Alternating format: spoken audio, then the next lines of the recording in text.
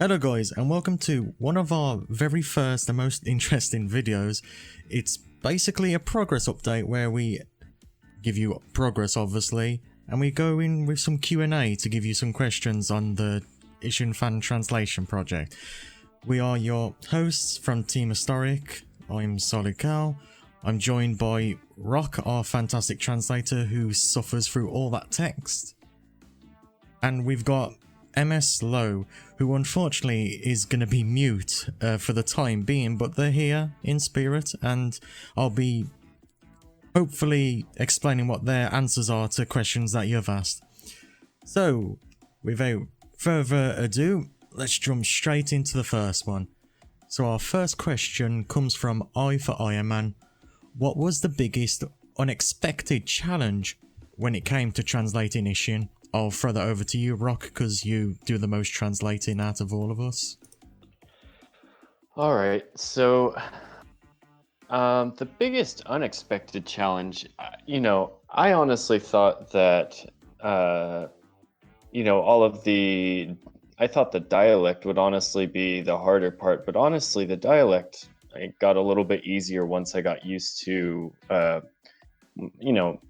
after I saw it enough, researched it, it became a little bit easier to understand. The hardest part for me, honestly, has been just how, when you really get into the files to try to translate everything, there's not really any context around what you're translating. You're just translating, you don't know where in the game you're translating at all times necessarily. Sometimes you do, and that makes it a little bit easier. Definitely when you're doing the, sorry, I can't remember the word. We're professionals, don't worry about it. Yeah. But when you're translating, say, like scripted dialogue, like the video scenes, those are usually much easier because you know where you are in the game, and it's very easy to reference where that's coming from. But some of the files that you get into and translate, you can have two pieces of dialogue that are, scattered way across the game from each other and have absolutely no contextual clue as to what they're talking about. So it provides a really interesting challenge to try to pull all of that together into a cohesive piece of dialogue. Yeah, I'm gonna have to agree with that. I've tried translating as an amateur myself, and when you don't know the context of something, it makes it all that much harder. Like, Rock or no, but Japanese in general, you can have one word mean 5 or 50 different things depending on the context it's said in. Or you could have a kanji that looks the same repeated 5 times and it's a completely different word from what you first saw. And yeah, like Lowe's saying to us in the chat, because sadly still muted, it's a terrifying thing because am I gonna say something wrong? Am I gonna offend somebody at this stage by saying, oh, you're gonna go marry your dog, but when you're actually just saying I'm gonna go down to the shops, it could mean something completely different. So we really appreciate Rock for going through a lot of that, especially when sometimes we can't give him the context of what's being said in a scene properly.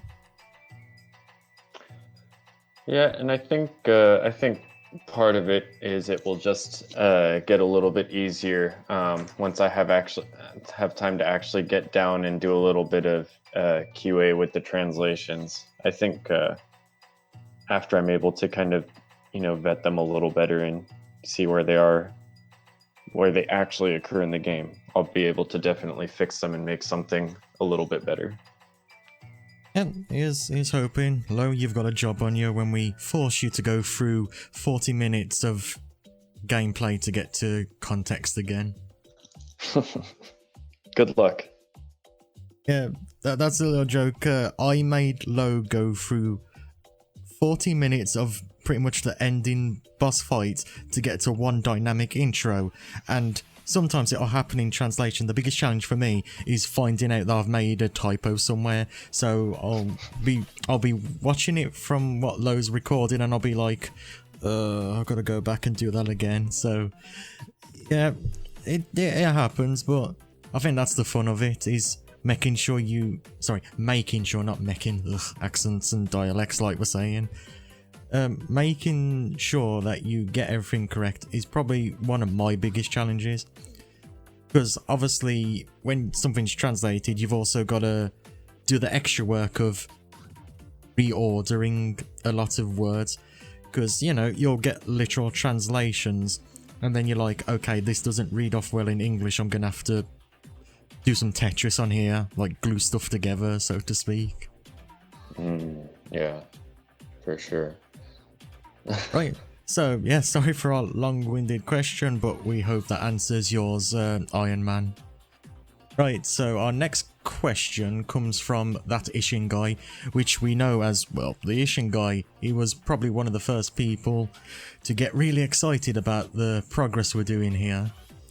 So he asks, Yakuza Ishin is based in the samurai era of Japan, as is Kenzan in brackets. What are the challenges in bringing something so rooted in earlier Japanese culture to an English audience? How far do you think you'll have to go with taking localization liberties, for example? And how do you feel about those challenges? How do you feel those challenges differ from officially localized Yakuza games set in the modern era? Whew, right, so I'll start off. It's honestly, it goes back to the first question from Iron Man. It's a challenge because there's certain ways people will speak in 1800s Japan compared to modern era Japan, because certain words and dialects and kanji change a little bit over time. So sometimes we do have to take a lot of liberties for localization, because some words just don't fit in the context when you read them in English. So we try and keep liberties to a minimum, but if it does happen, then we have to do it. And the challenge, I think the challenge differs more because we're a small team, pretty much. There's like about 5 to 6 of us, depending on who's available, whereas a localization team's got probably about 50 plus 100 people. So they've got a lot more, I guess, resources compared to what we have. Yeah, and if you don't mind me adding on, actually, I think the Yakuza series is, I think in general, especially with actually, I'm not familiar if Kenzan has this feature, but Yakuza Ishin, for those of you that aren't aware, it has a feature that they've actually added a dictionary of sorts that you can pull out from the pause menu at any time, and it actually appears sometimes during dialogues.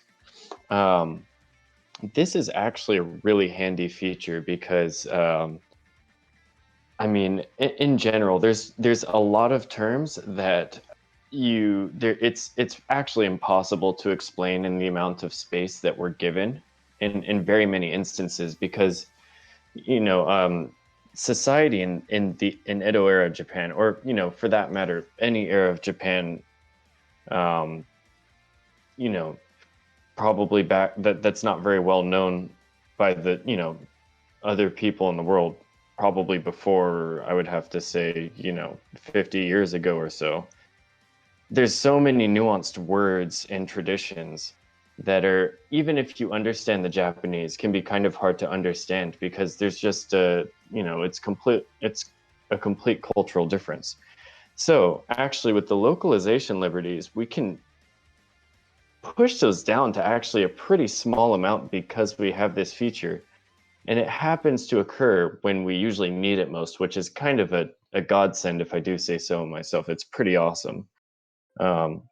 So while it is very difficult, and there are certain times when we don't really have a choice, actually, because there is that feature, we are able to explain some of these concepts and avoid losing out on some of the really important context, which is just this social environment that definitely doesn't exist today in Japan, and it can be very difficult to understand without diving very deep into history books. Yeah, I add on to that. Honestly, I forgot about the dictionary, but the dictionary really is probably... I know Kenzan has got a dictionary, but it's it's used in a different way in Kensan from what I remember. Whereas Ishin, it's more like, okay, this word might not be familiar to you. Here's how it's used in this context back then. And you'll have stuff like that, or it'll come up with places from history, like Edo Castle, for example. It'll give you a good idea of what this place's significance is and what it's about. And that is pretty much fantastic for us to be able to translate what that says as well, because we're able to say this is how you would pronounce it in Japanese with obviously the English translation, and you get this nice good explanation of it. And honestly, I hope we get to use that more, because it's a fantastic feature that not many people will use going through the game if you're not fluent in Japanese yourself. And yeah, like Lo says in our chat, it's nice trivia in general. Like for example, there's a part in the game where you go to fight a certain boss. I think it's like chapter 12. I'm not going to put any spoilers, but you'll have a dialogue box come up where Ryoma's having his inner thoughts, and it'll come up with this dictionary, glossary, whatever you want to call it, about this place. So you get this nice bit of history from it. You're like, oh, this is what it is. And that also plays into our localization liberties as well, because the dictionary allows us to add more context to something, whereas in Ishin by default it's just like probably about one sentence worth of something, whereas we've got a box worth of being able to put like a paragraph in there if we wanted to go that crazy. So yeah, it's fantastic trivia, and hopefully we'll be able to do more with that. Right, on to our next question. We've got Dante BC.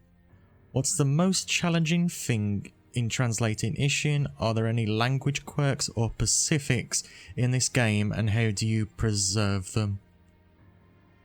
Oh, I have a recommendation for how we should answer this question. It's a little bit similar to the first one, but I think there's something we may not have talked about as much, which is the retexturing, which I'm not really the one who knows most about that. So do you want to talk about that a bit, Cal? Yeah, the retexturing. This retexturing was mostly done by Lo and our sadly absent friend Frisky Noodle, which is an interesting username in general when I first met the guy, but yeah, both Lo and Frisky Noodle was the ones to do a lot of the UI, and you'll find a lot of language quirks in the UI as well. Like there's certain things, for example, we got the ranking system, and by default it means something completely different, but with texture limitations and it reusing a sort of reusing another part of a texture that was used on something else, like the ranking system, for example, where originally it would be like you're powerful, you're great, whereas we took the liberty for that to make it something like heroic, and a historical first, which originally we mistakenly badly translated as historical fist, and that's a joke that'll never die down in our team. Oh yeah, historical fist. That was the name of our group for a while. That was historical fist, and it was one that Lo didn't want us to change. He's like, no, I'm keeping this, you can just have the actual one, I'm keeping this. But we changed that eventually. But it's nice to have little quirks, because I find Japanese to be very expressive in certain ways. They get excited about something. Like it's like when you hear somebody speak a language that you're used to. I've heard them listen to somebody who's not native Japanese speak Japanese, and it's all this excitement. And I think Japan in general's got a lot of quirks that are sometimes, again, hard to translate over. But we do find ways around, like, what's the equivalent in English to something like we're saying, like, badass, for example? What can we make to make that sound a lot better, but also keep the feeling of that quirk as well? Yeah, and I think the other difficult thing is that, uh, with the Yakuza series, there's just a lot of like a lot of big lettering, and it seems like sometimes the user interface is screaming at you, but when you actually try to go and translate that, the textures that they use are so small that we have to actually sit there with some of these and think about them for 20 or 30 minutes, like what can we actually do with this to make to make something that even makes sense in English. Just because some of the textures are reused with other parts, so then you have to think about, well, you now have one word that's broken up into several little pieces, and you have to somehow you know make it so that when one letter is added onto the end of each other texture, it still makes sense. So it's like a really crazy thing, and it's insane that Lowe and Cal and Frisky have done such a good job on putting this all together. But I mean, I think with the tools that we have, and our capabilities, as it's sometimes as limited as they may seem, I think that we've done a pretty good job with what we have. Yeah, I'm gonna agree with that. Limitations are a very prominent thing in translating, especially when you're a fan translator, because you're not given the source, so to speak, like actual localization teams have, because they can just go in and be like, okay, we just changed this coding to use this texture instead. Whereas we look at it and we're like, okay, I'm gonna need to get a piece of duct tape, a few matchsticks, a rubber band, and see if I can work with something here. And Yeah, no kidding. oh boy. And yeah, like Lowe's saying, on the texture size, it mostly depends on its size and how the game actually handles them. Sometimes we get no space to write anything, other times we get loads of space that we don't know what to do with it. And with that, we think of all possible English words. So, literally every pseudonym, which is a very big word. Yeah, I think I remember actually pulling out, well, not pulling out physically, but actually going to thesaurus.com on several occasions to try to figure out something that didn't sound weird but was similar enough and short enough. I've- it yeah, that's another localizing challenge. And on a tangent of that, it gives us a big insight to how localization teams have to work. I mean, for example, if you follow any localization member on their Twitter or anything, you can appreciate them a lot more with what they're able to pull out of thin air that means the same thing but understandable in English as well. Yeah, I think it seems like a pretty difficult job, but the people who have been doing it for years seem to have very creative minds with how they, kind of work the magic. Yep, pretty much. And onto Dante BC's next question. What can we do to support your work and maybe provide some type of help? At the moment, all we can ask is that you join in with the server that we're in at the moment if you're not already there, and just give us support when we need it. If you happen to know something, like help us when we post updates, like update pictures saying, why don't you try this certain bit of text to see if that sounds better. And we've had that in the past where members have given us a bit of a hand, and it's all appreciating because we're all getting towards the same goal in the end, which is a fully translated Ishin that everybody can play and just be like, how did I miss out on this game before? I definitely think, at least for me, the biggest deal is just showing your support, and then running over to our feedback and opinions channel and just telling us what you think. It's it's there for a reason. If we're doing something right, let us know. If there's something that you see and you think needs work, or you want to ask how we're doing something, we'll answer you to the best of our ability, and we'll do our best to see how we can implement your honest feedback, because that's what we're really aiming for. We're not translating this and doing all of this work just for ourselves. I mean, this is supposed to be a project that benefits everybody who's interested. Yep, exactly. Just give your opinions, give your feedback, and like Lowe's saying, your love is all we need. So I'll put a picture of Kiru doing the big heart symbol from Kiwami 2 there. Every comment you type out means a lot. It helps it helps Lowe stay motivated and moving forward as much as it does the rest of the team as well. Right, our next question comes from Blashy or Blashy, I think Blashy 101. I'm sorry if I'm butchering anybody's usernames at the moment. They say, hi, question for the Ishin video. Is it possible to patch in the Yakuza 5 Kiru appearance as a premium adventure costume as a bonus for the translation patch, or will the patch strictly be for translation? Thanks, smiley face.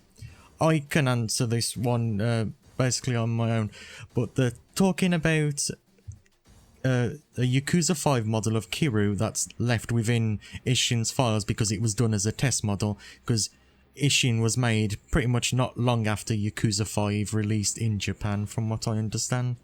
So we got this leftover model, and while it would be utterly amazing for us to put it into Premium Adventure, we currently can't code anything new in. We are basically stuck with what's there by default. I mean, if you want to model swap it in, you're able to, but for the moment it's just going to be strictly translated stuff, and then if some new tool comes out later down the line, we might add it. We'll have to see. And yeah, what Lowe's saying as well, adding new content to the game is currently impossible with the current modding tools, as I've mentioned. Even if we could patch it in, there wouldn't be really any reason to keep it only for the translation project, as it's kind of unrelated. So while it's a good bonus, we probably won't do it anytime soon. But like I say, if new tools come out, or if you want to do it yourself when you learn the tools as well, if they do come out and get better, you're more than welcome to. Right, our next question's from Camping Car. Or is it Camping Carl? No, Camping Carl, sorry.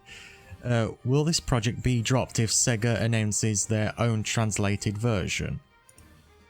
Honestly, it's kind of a question, like, we could still carry on even with the work done, so ours would probably be as close as it could be, but a localization team might get it done much faster than we can.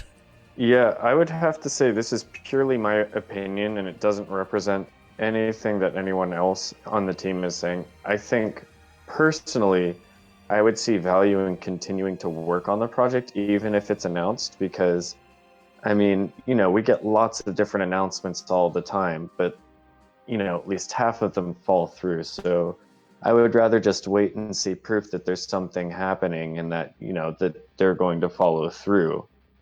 Before I would want to consider just, calling it quits on this. And that's my personal opinion. I mean, I think, there'd still be a reason for us to continue going until, we see that this is going to be a thing.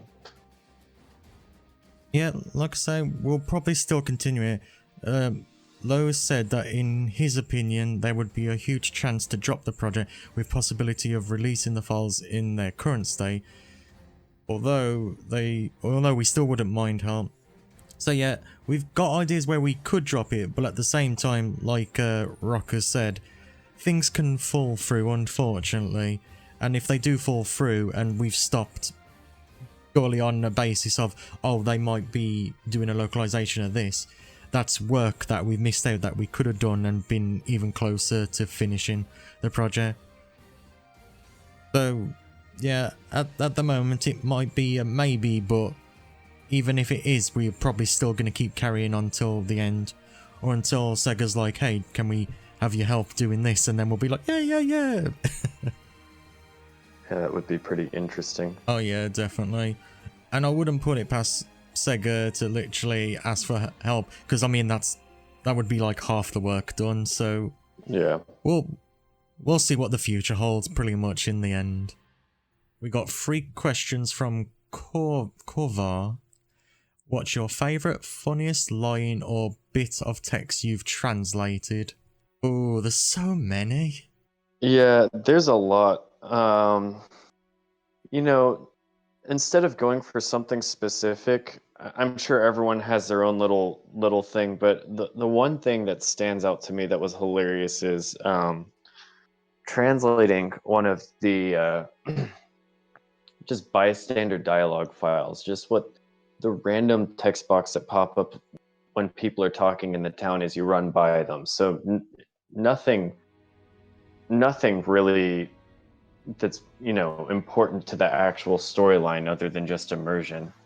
So while translating this file, I mean, you first start out and it's just people talking. Then it goes and people are drunk and they're very obviously drunk and they're acting really stupid. And then the next thing I know, everything is on fire and people are running all over the place. So I'm getting this visual in my mind of just like, something's on fire, the whole town's on fire, and all of a sudden we went from everyone's drunk and having fun to everyone yelling run. And just the fact that I have no context whatsoever, it was hilarious to me. I had no clue, where I would place all of this. I mean, frankly, I haven't actually finished the game myself, but to me, it stood out as a really funny piece of content. Yeah, I was gonna say, when you've got no context, you can just have this really weird vision, but obviously it's at different places, like Rock said at the very start, because he's got no context or visual representation of where all this dialogue said. He's just in fact imagining something completely different, like someone got drunk, set fire to something, and everybody's screaming. Which I wouldn't mind being as crazy as it is.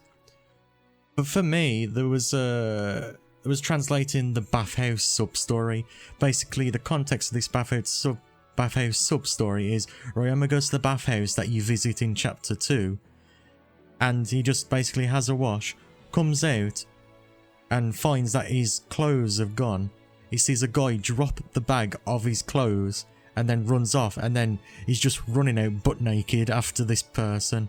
Not completely butt naked, he's got his I'm not sure what the type of clothing is that he wears. It's like it's like a towel wrapped in the style of underpants is all I can describe it as, because I don't know the Japanese word for it. But oh, it's called fundoshi. Yes, he's wearing one of those that's covering his valuables. So he's running after this guy, you basically have to run after him, and then when you finally catch up with him, the police end up coming. They've got a different name, but pretty much they're Japanese police, and they literally...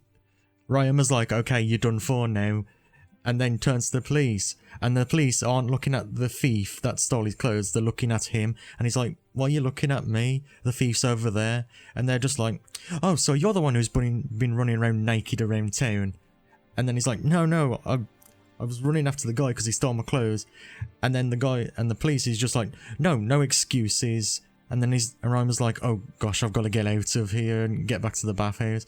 And then all you hear is the policeman go, arrest that pervert, he's getting away. And that falls into Yakuza's humour in general, be it Ryoga Kotoku or Yakuza, whichever name you want to use. The Japanese humour's fantastic, and I was laughing about it when I did a bit of amateur translation on it, because I'm like, if this is what it's actually saying, then this is going to be one of my favourite sub-stories in the final completed project. Let's see, Lowe says, these need context and visuals during the main story. Okita asks help from a worker, but he's so clueless and unexpected, I love his dumb reaction. Hey you there, can you read this? Me? Who else would I be talking to? Get over here! And obviously that's from a cutscene. But yeah, it's very Majima-esque, and it's it's fantastic. Like I say, the whole game's got its lot of humour while having this serious story based on real historical figures, but having the RGG Yakuza flair to it. The next question from the same person: what's been the most fun part of the project? Most fun part for me, and I think Rock might be able to agree with this, is just finding out the context of everything in the game. Because, like, again, it's very Japanese, so you wouldn't understand certain things. But it's just finding out the full context of something, and it brings you this new appreciation for the game in general.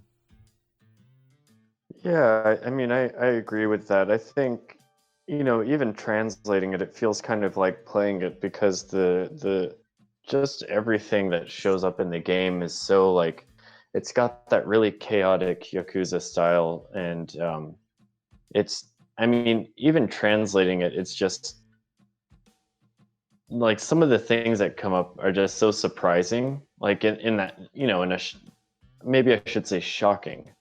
But I think it's really fun, because a lot of those dialogues, we talk about it, we have no clue what this could possibly be about. And I think for me also, other than just the actual translation itself, it's been really fun to work with this team, because I think everyone's got their own quirks, and it's been fun to get to know everybody as we work on this together and understand how we each flow. And it's nice that we each seem to have kind of our own little area that we specialize in, so it's been a good balance so far for the project. Yeah, I'm gonna have to agree with that. Everybody in the team as well has just been fun. Like, we have certain humour, and Rock here gives us history lessons on Japanese history. Like, I had a nice history lesson on Edo used to be, well, obviously the Edo period version of Tokyo before they changed the name from Edo to Tokyo, and Kyoto stopped being the capital and they made Tokyo the capital. So in the game and outside of the game, we've had a lot of fun history and just fun in general. And speaking of fun and suffering, Lo's answer to this question is: every time Solical, myself, makes a typo and keeps doing the same mistake over and over again, and I can yell at him freely. And this is why I sent him to do 40 minutes worth of gameplay. That's his punishment for making me feel silly for as many typos as I make. But yeah, this team is fantastic. And us being able to even translate this in general, because another tangent, but we've come a long way from when we started, which was last year, April, I think, to now. There's been new tools made, and this literally, a bit of history, this whole project literally started from me and Lo messing with files, me hex editing some cutscene files, being like, what can we do here? And fast forward a year later, and here we are with Lo, myself, Rock, Frisk. We've had KHH, who you'll know as doing the subtitle translations for the walkthroughs of Kenzan and Ishin. And we've also got another guy that I met called Kevin that basically helps us with little translations as well. So, just exciting to see where we've got to in a year, and I couldn't ask for anything better. Right, and our final question from Kovar: when the project's finally finished, how do you plan to celebrate? I think when it's finally finished, at least Frisky, Low, and Solid Cow plan to celebrate by actually playing the game all the way through in English. Yeah, it's hard to say how we're going to celebrate, because I mean, most localization teams would have a party where they just all make a toast together, but obviously limitations to us traveling, I don't think that'll happen. But I think as a celebration, the team in general, we might stream the game and give insider info to certain things that we did, if we can remember them all, because Ishin's a very big game. But Yeah, well, it's hard to say. For me, I'll probably just have fun with the game, stream it with the guys, and we can just literally hold our heads up high that we did a fantastic project that's going to benefit so many fans around the world. Let's see. Lo says that he'll probably do his best to create the best kick-ass release trailer and hope everyone likes it. Because, yeah, if you've been watching our updates, Lo himself does all the recording and the editing for that stuff. So be sure to give him a high five, a hug maybe, and just appreciate all the guy does. And the same goes for Rock, Frisk, Kevin, KHH. They've all been beneficial in where we are now. So just appreciate everybody, give them high fives, keep us going, and let's see where we can get to in the end. Right, that leaves us with no more questions. Thanks to I for Iron Man, That Ishin Guy, Dante BC, Blashy 101, Camping Carl, and Korvar for giving us some questions to answer. It's been fun to answer them, and we've already had a few laughs again with ourselves. So now we come on to where's the progress at the moment.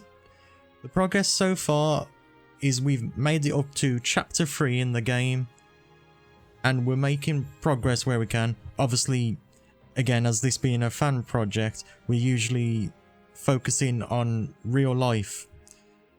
So progress might be slow, but rest assured we are working on it. So we'll see where we're going, and we hope that you've been enjoying this Q&A and getting this little progress. So from all of us, which I can guess from the guys, is just thanks for supporting us over the course of a year, which is mind-blowing to think about, and just helping us where we needed. Yeah, thanks everyone for supporting us and, you know, keeping the hype up about the translation. It's taking a while, and, you know, it is because of, you know, we have our personal lives to deal with, but, you know, we are chugging along, and when this gets done, it will definitely have been worth it. Yeah, and who knows where we might be next. We might be translating something else. We'll make Lo suffer even more for something else in the future. And oh, it's always going to be a good time. But jokes aside, again, thanks everybody, and thank you everybody, and see you in the future, and thanks for watching. Take care, everyone. Bye bye. Bye.